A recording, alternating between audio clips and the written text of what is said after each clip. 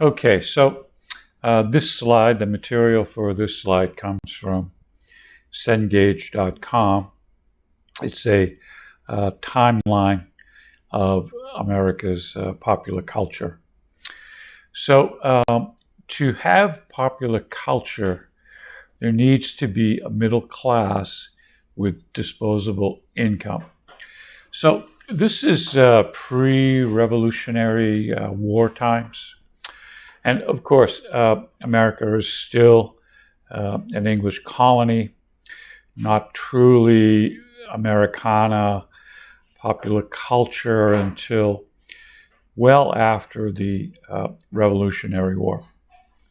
But nevertheless, people during these times that had disposable income, and some did, but not all, these were the kinds of things that they did for entertainment, recreation, free time, that sort of thing. So one of the things in the house for entertainment were board games. And these are still present today.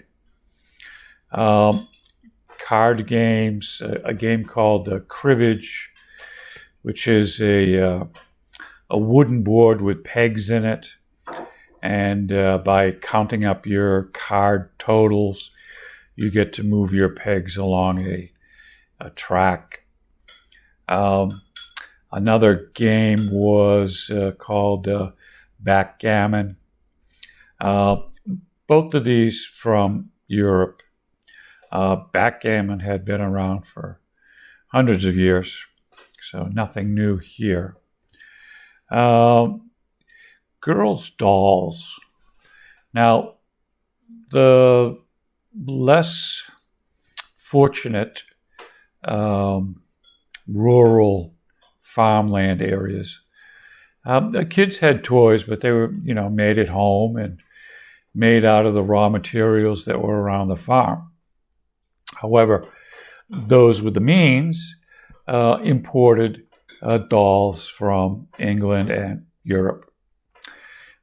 Girls also had these little tea sets where they'd play with their dolls and maybe have a doll house or a doll entertainment room or tea room, that sort of thing. There were theaters in the city areas in Boston and Philadelphia and New York that would have plays and music and performances. Music was available everywhere and was performed in a tavern or a coffee house, at street fairs, on the stage, and in the home. And the main instrument was the fiddle, which is a kind of violin.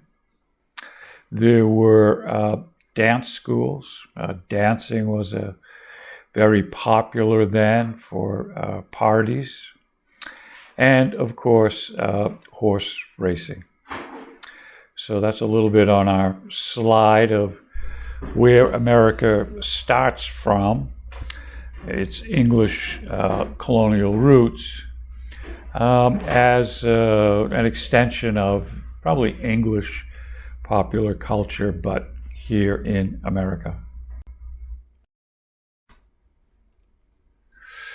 Okay, so this slide information comes from The Birth of America, American Culture, Digital History.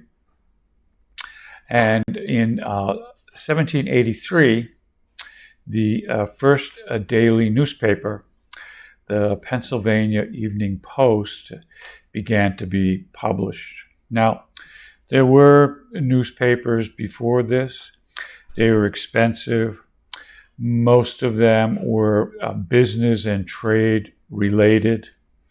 things like the shipping times of when ships were going to be landing at different ports, or a piracy report, those kinds of things, mostly published for businessmen and kind of out of reach for the common person.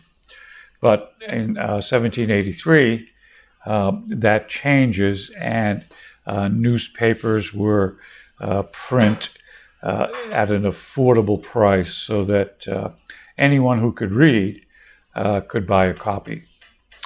The dime in 1860 in Oswego, New York, a printer named Erastus Beadle issued his first dime novel, Malaeska, the Indian Wife. So we're starting to get these short printed novels and books available to the general public.